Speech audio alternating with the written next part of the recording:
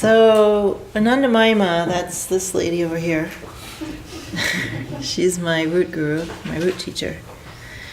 Somewhere she once said in Satsang that if she felt any differently about any one person, that would ruin everything.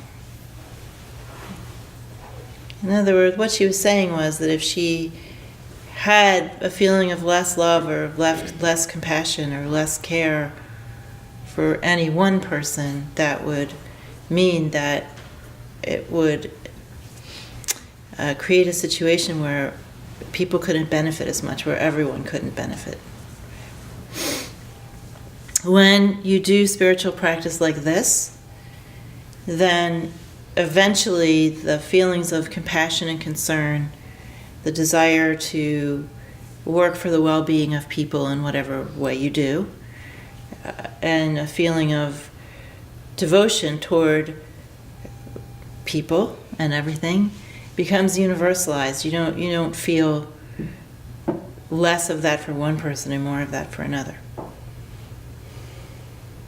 It doesn't mean that you don't have different relationships with people. I have very, very different relationships with different people. However, I have to say, and this is kind of astounding, actually, I'm not Ma, I never hope to be in Ma's condition. I'm not even particularly realized. I have some realization, but, not astounding. I'm not flying across Congress Street or anything. But I actually do feel the same about everybody. Isn't that amazing? I mean, I find it amazing because it means that you all could feel that also. Right?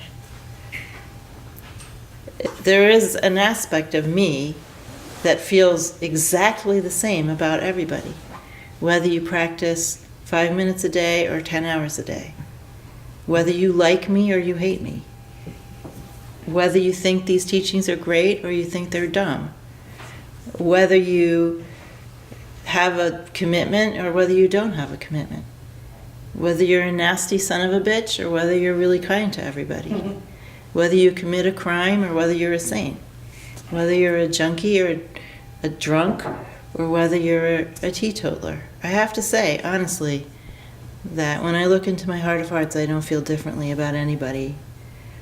And whatever condition they're in, I feel the same.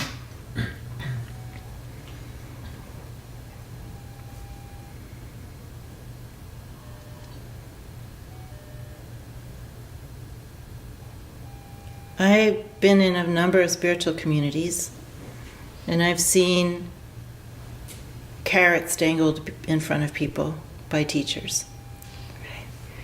I've seen teachers try to magnetize students by setting up things to compete for the favor of the teacher, number one, the approval of the teacher. Special transmissions, initiations, special time or special notice from the teacher. Inner circles, one teacher I had once even established something called the inner circle. It was long after I'd gone. I left that teacher long before he did that, but when I heard about it, I just was flabbergasted.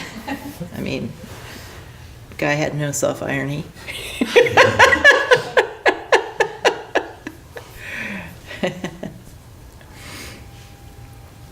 And I have always been allergic to anything like that. It's manipulative.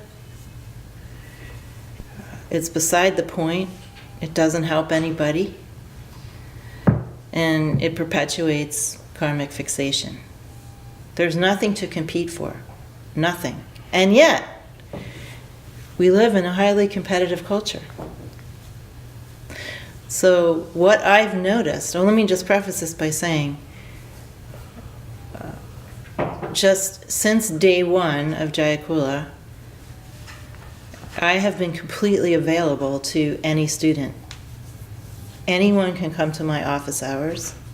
People who aren't practicing, people only practicing 10 minutes a day, can come and tell me all about their lives and ask for advice, and that's been true since day one. I've lived with students in all kinds of conditions. I'm living with one of the people in our house right now who is not an initiated student. She isn't even particularly committed to this tradition or me. But she's living in my house with me. This is part of how I want to be, right? This is an expression of me, that I'm doing this, that there's so few bars. There's really no hoop to jump through. But despite that, we live in this incredibly competitive culture. And you all have karmas that are just chugging along, that say, I want to compete, give me something to compete for. One thing I noticed long ago was that people would treat initiation as a prize to be won, even though it wasn't. People would think, well, I've done X, Y, Z steps, so my next natural step in my spiritual career path is to become initiated. And, people would show up in my office hours and say, I'd like to be initiated. And I'd say, why? And they go, I think it's time. I've taken this teaching and that teaching, and I've been around for a couple of years, and I just think it's time for me to be initiated. This is an aspect of our competitive society, right? You've got a little ladder of things, Jayakula ladder, and you've decided what order you should progress in, and initiation is on there. I've also noticed that a couple of people who came from other traditions to Jayakula, where there were very charismatic, strong male teachers who did make students jump through hoops and who did allow students to compete and for their attention, or try to seduce them into giving them attention and being in some sort of inner group. I have noticed amongst a couple of students that when they get here and there isn't anything to compete for, they freak out. Right? They're convinced that there's some mystical, magical inner circle that they're not getting into, and that they're being rejected from. They have a love-hate relationship with it, right? They think it's unfair, but yet they want to be in it. Right? Even one student long ago who I love to death, I still love her to this day, and we're quite good, quite close. Even though she was never interested in being initiated, never considered me to be her primary teacher, wasn't really sure if this was her tradition, she still wanted to be in the inner circle. Right? She was still convinced there was one, and that she wasn't in it, and it was unfair. So,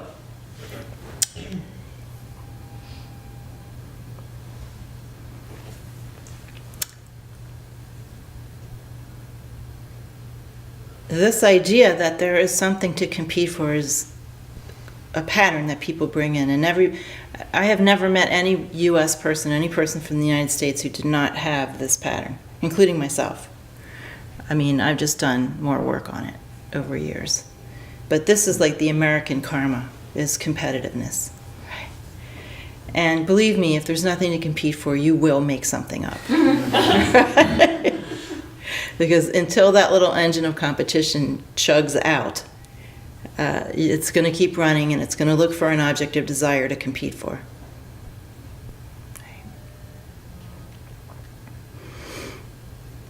But that being said, there's a natural way that in spiritual communities people find their place. Like I said, as far as I'm concerned, and I think I know myself well enough, basically, bottom line, I abhor that kind of organization in spiritual communities, and I always have. And I've worked very hard to make sure Jayakula doesn't repeat those things. However, there's also a natural order to any group of people, or a spiritual community among them.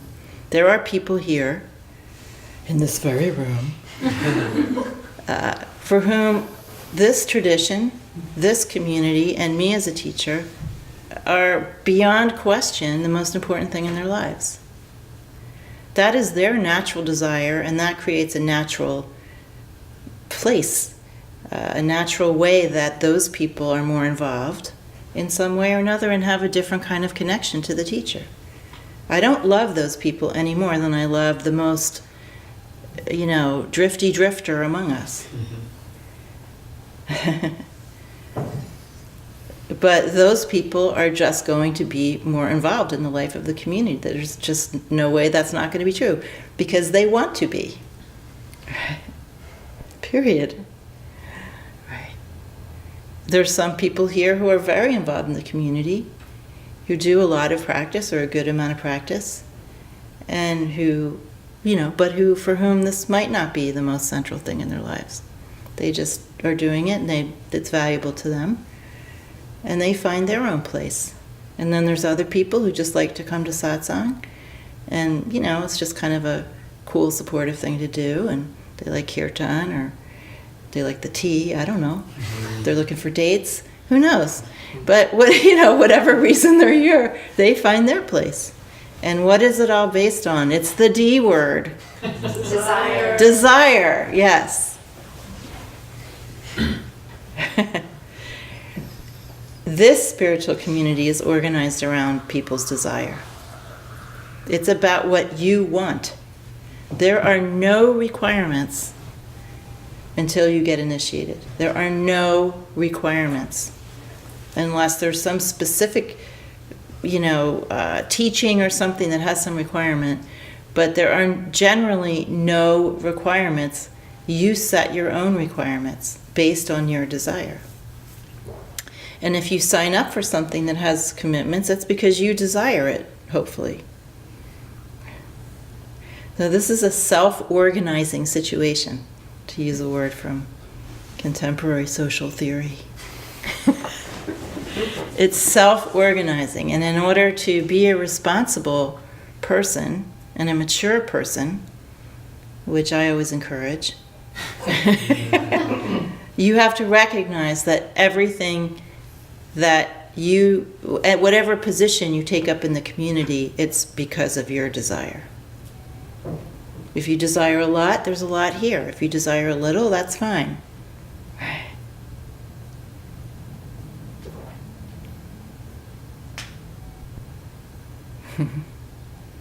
Now, there's another trick that happens, which is some people don't want that to be the case, right?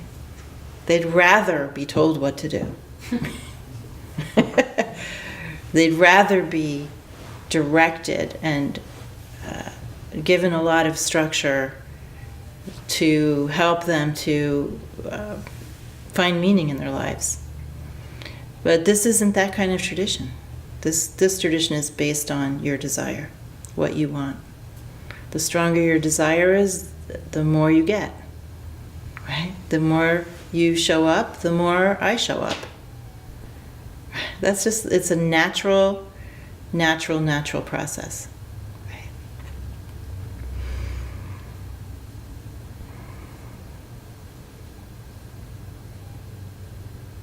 So it's very, very rarely, this talk was occasioned by someone who has consistently felt there was an in-group that she wasn't invited to. And I think it's a very important topic for spiritual communities,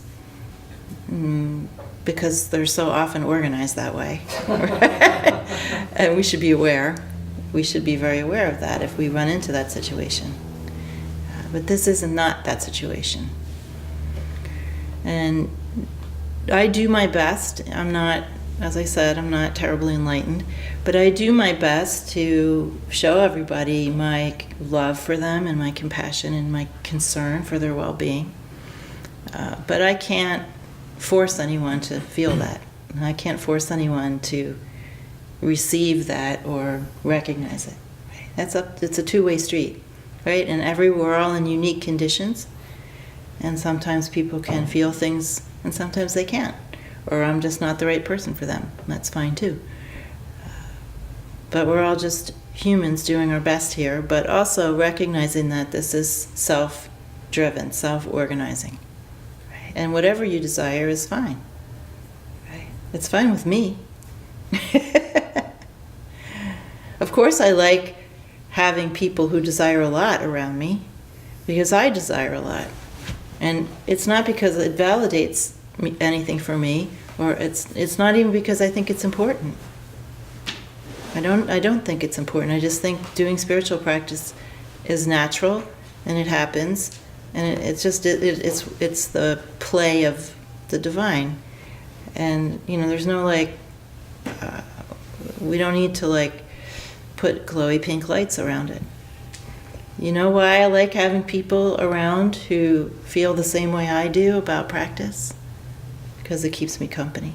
It keeps me company, and it helps me to give everything that I have to give. I can only give everything I have to give to the people who desire very, very deeply. Right? Because I can't give anything to people who don't want it. That would be unskillful and uncompassionate. It just doesn't work that way. So if I have people around me who desire deeply, then I feel accompanied in my own path. And also then I can also just give more. And giving more is really what's fulfilling to me. But I don't think those people are any more important than anybody else, right?